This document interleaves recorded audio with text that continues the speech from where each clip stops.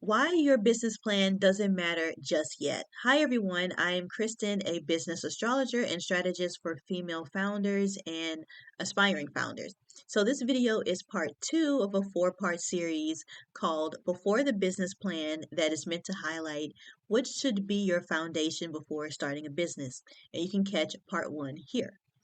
So when I was in elementary school, we had to take these aptitude tests, these personality tests, these career tests to kind of give us an understanding of what career was best suited for us. And so I never really got much out of those tests other than that I'm an analytical thinker. But those results, I was always spread pretty evenly distributed over the four categories that it would give us. The established jobs that they would suggest was like doctor, lawyer, scientist, policeman, something like that. And I never really resonated with any of those titles. So, yeah, it just never really felt well suited for me. So I just thought, well, once I get older, perhaps I'll figure it out. And then once I got to middle school, high school, I remember telling my mom, who had previously worked as self-employed for quite some time as a stenographer. I remember telling her, I don't see myself like working a job. Like I just can't see myself doing that. It's essentially like like your boss is your parent, and I wanted to grow up and be an adult. And I remember thinking like a job feels weird. You grow up just to have somebody else tell you what to do. That's just how I always thought.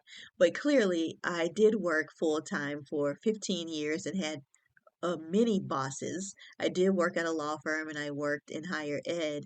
I worked for three law firms in a 5 year period, and I worked for higher education in a 10-year period.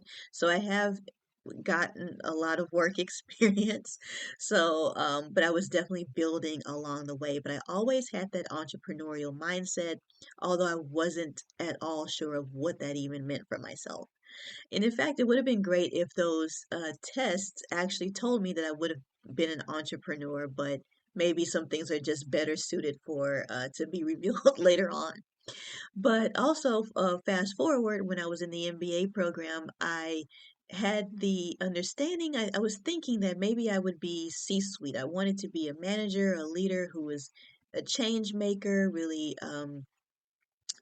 driving initiatives and advancing missions. I really always fell in love with that. So I thought, okay, I'd be some CEO or some administrator of some kind. But I remember also thinking like, well, but my personal life always also means a lot to me. I don't want to have to abandon my personal life, the family I want to build in favor um, of my career. I want to still be effective, but still also have home time and family time. And so at that point, it was clear that I had to really own my desire for entrepreneurship. And so I founded my business in 2023 after teaching myself how to do spiritual readings. And I was experimenting with spirituality because I truly needed something that saw me as an individual. And I enjoyed doing the readings because it was insightful for myself, for the clients that I had, the few clients that I had at the very beginning when I was first getting started, but I wasn't even sure what to even call myself. I had gone through what felt like 1,000 different title changes since then, and I haven't and still haven't even formed a business plan. So, what I was learning at that time that school and life was preparing me for was how to solve problems, how to really use my brain, and how to meet client needs, how to be relied upon as an advisor, how to trust myself and apply my skills to real world problems in real time. And a lot of these real world problems can't be fit into a square business plan. When you're working on a soul level, very few things are cut and dry. And so students and aspiring business owners are told to spend what ends up being too much time figuring out every detail before taking action and getting started. You get stuck in the theory of things versus the application. You spend too much time on your brand and your pictures and your colors and tweaking your website than you actually do connecting with people, figuring out what problems they really need solutions for, and meeting that need. So I started my business doing spiritual readings after becoming a data scientist simply because I liked it. And it gave me joy and insights to my clients. And so as time went on, I became more confident in my ability to give them results, gained more clients, and their questions became more specific. I was able to bring my formal education to spiritual readings and give my clients realistic and concrete advice that didn't undermine their desires or their identity. And this could only be done over time with practice and experience. It's okay to start small and really expand your reach from there. And it's probably best not to overcommit yourself too soon before you really build the capacity to solve problems for clients. And I'll give you an example of how I advise my client to start small. And so recently, I had a client who works as a government employee. She works for the U.S. government, and she's considering entrepreneurship. So I reviewed her skills, her education, her spiritual gifts, her work experience, and really looked into some ideas that was best suited for her. And so what she did what this was, she booked the Goddess of Commerce Codex with me, which I will go over right now. So this client, she booked the Goddess of Commerce Codex, which is a custom data-backed business blueprint that reveals your specific way of communicating, leading, making money, your certain skills and fortune areas that already sets you up for success in business. So you are already born with all of this within you. So this is a thorough report that includes the following areas. And as you see, this is the Goddess of Commerce Codex. Most of my clients are women, so I say goddess, but if you are a man that is interested in this is totally fine. I'll just remove goddess from the report. And so, as you see here, I'll just quickly scroll through. This is a very detailed report with multiple different sections in it that we go over all the various things needed for this is an analysis of your skills. So essentially, I created my own assessment report since I never really liked those square ones from when I was a kid. So we start off with your soul's North Star, your purpose, your calling, and your destiny. And with this particular client, there's a lot of details here. There was a lot of bullet points um, listed here. So I go into really, really rich detail about what your purpose actually is in this lifetime versus trying to establish yourself into a pre-existing, you know, career. Perhaps you're going to be a little bit different, or you're supposed to bring a different flavor to that existing career. Overall, what is the purpose that you came here for? And that may or may not exist in an existing category. I also go over your ideal clientele, your soul aligned audiences, who you are here to serve, the people who have problems that you are uniquely meant to help. And though uniquely meant to fill those gaps for these people. So this definitely cuts out you having to, sell to people who don't want your product. And trying to convince people. This has you go directly to who needs you. The fire that moves you, the desire, excitement, and soul animation. This is your true competitive advantage in business when it comes to that this truly animates you. You don't have to leave your soul behind just to be profitable in business, just to own a business. This is your time. You make up the rules. This is your structure. You don't have to sacrifice one thing for the other. Bring what this section here helps you bring what lights up your soul into your business, how to do so. And I think that this is definitely left out with most business containers, with which that is okay. We're in a new phase of life right now. We're in a new system, and that's why I am here. The next section is your way of building, your work ethic, your discipline, your sacred devotion. How do you see work? You may be someone who doesn't want to work, more than 10 to 20 hours a week, or you may be someone who enjoys working 7 days a week. Just overtime doesn't even exist for you because that's just how you see work, and you're proud of that. Some Some entrepreneurs are more front facing, they're more hands on, others are more in the background and they delegate more. Are you someone who utilizes tech in your business, or maybe you're someone who is more physical, with maybe something that doesn't use the latest gadgets? Are you more family oriented?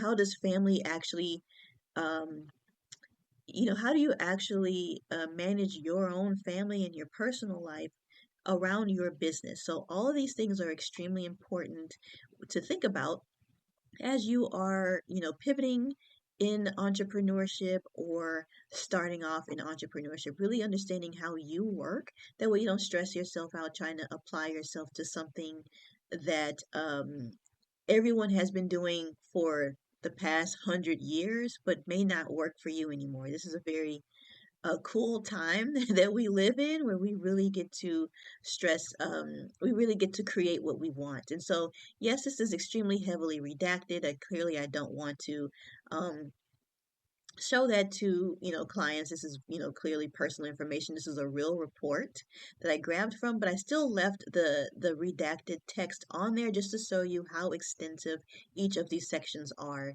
As you see, this is a 24-page document. I think the shortest one I've done, it was maybe 14 or 16 pages, and the longest one I did was 26 pages. So, the leader you came here to be, your authority and leadership signature. So, there's all these different leadership archetypes. Which one are you?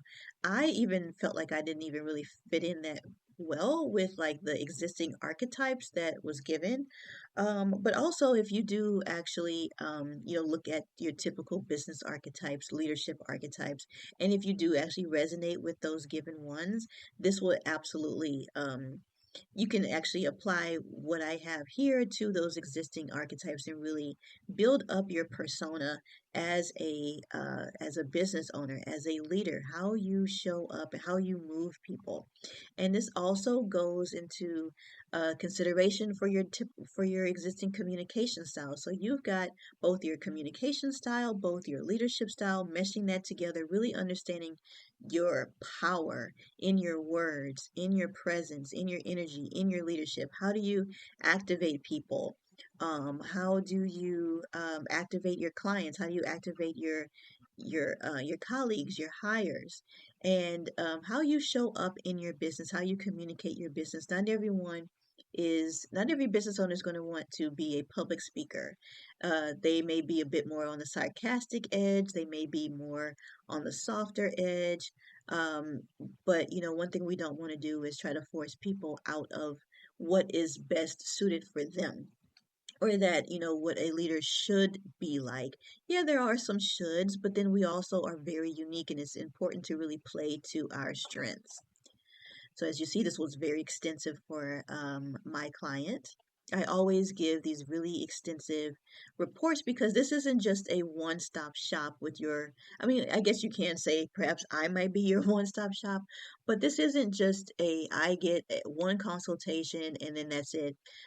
Yes, we do meet for one consultation, although I do have a longer container for 30 days. It also works. But this is a report that you get to take and keep forever. And you can print it out and you can write on it and you can evolve over time. You're not meant to do this overnight. This is definitely something that you grow into and allow yourself to step into over time as you step into your highest self as a entrepreneur. So your magnetic field, your brand, your marketing, and your energetic presence. I told one of my clients, my CPA client actually, but I will tell pretty much every client this, who may have a marketing person working for them in their business, or are going to seek out someone specifically for marketing. I think this section is really good for understanding how you show up as trustworthy, how you are at a glance for your ideal clients. How are they going to see you? Do you take them on a journey? Do you take them, do you give them more structure? Are you a grounded leader? Are you someone that transforms them? And so that's important in your branding, in your pictures, in your social media, on your website.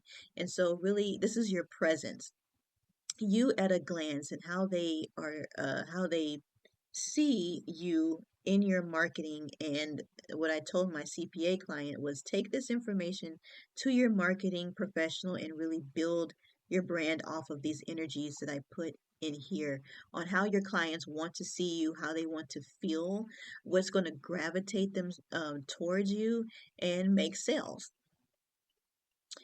The next section is the woman you're becoming. Also, again, if you are a man, or I can even put the person you're becoming. I can adjust that to whatever, however you identify. The woman you're becoming, patterns to release and embodied states to claim. So it's really entrepreneurship is a spiritual journey. I will die on this hill saying that. So you are to step out of certain behavioral patterns and step into uh, behavioral patterns that really have you show up um, in the best way that you can be as an entrepreneur. So one of my clients, who is an author, who who wrote 5 books in 1 year, which I think is incredible. Many of us can barely write our papers in school. But as I was helping her with this report of hers, um, one thing that was really important was that she was supposed to step into a more, trusting herself more. There was a lot that about her that where she's highly capable, highly creative, um, but trusting herself more. So releasing that distrust of herself and claiming more confidence. That's just one of the many areas that just one client had. And so I go through all of these and how to really start showing up as that authority in your lane, in your area of expertise. The prosperity codes, where ease, luck, and fortune flow to you. So this is your easiest ways in making money. There are certain clients who work better with group coaching versus others who work better with one-on-one coaching. This all kind of depends on like your nervous system and the best ways that you can make money. Are you good at investments? Are you better at digital products? Are you better, what type of group of people should you be around that really brings you more luck and more prosperity into your life? So all of these things, the best way for you to make money, who you can connect with to make money, are you more of a one-on-one person? Or are you a more digital copy person? How can you best, make money off of your existing skills? This is a really cool section. So the energetic balances, I know that this is a little abstract, but this again is something that gets explained in detail in the report. And so with the particular client that I have as an example here, she had a lot of hidden traits that she wasn't seeing. Well, she was feeling it, but she wasn't sure how to really apply it. And that expression. So we all, it's not that zero is like, nothing. It's just that there are high points here that we really step into, that we are to step into, and then what are our strengths. And so these next sections go into detail about what all of that means. These are all different areas of life and how we can establish that much better in our business. And then I forgot to delete those blank pages here, but there were other sections did after um, that I did after that last section there. And so for my government employee client, she had really strong communication skills and organization skills that were meant to be front facing for her, allowing her to be perfect at external and internal clarity messaging. And I would say that could be anything from consulting an organization on proper positioning with external stakeholders, and even internal streamlining, such as policies and procedures for a business. internal and external damage control. She also had a lot of questions about passive income, and I gave her passive income suggestions based off of her skills and what she was best suited for. And so but also along with this report, there's also a 90-minute Zoom call with me where we strategize pivoting in these areas and I answer any questions. So not only do you get to keep this report, for the rest of your life, but we really get to hammer it out on a 90-minute call. I've had clients meet as short as 30 minutes. They didn't take the full time. I've even gone over a bit for 2 hours. So I might actually change that to 2 hours just because it can literally get that long. You can also go over this on a 30-day period with you where we hammer it out even longer on a weekly basis versus if you feel that 90 minutes to 2 hours just isn't enough time. So ultimately, with that client who worked for the government, she'll start small by being entrepreneurial in her government job, positioning herself based off of the report she received from me, and she'll ease her way into entrepreneurship over time. So you certainly don't need to rush into starting a business if that's not truly what you want. So, no, actually, your whole business plan doesn't need to be figured out just yet. It's mostly just getting out there, learning yourself, learning your clients, learning your skills, really applying your skills, and learning your spiritual gifts and really applying those too.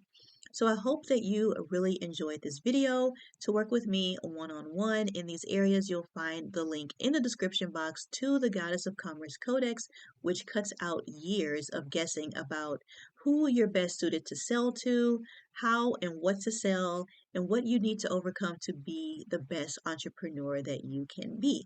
And so you'll find that and other links in the description box below. And yes, men can book the codex as well. So thank you for watching. Let me know what you think in the comments, and I'll catch you in the next video in the series before the business plan.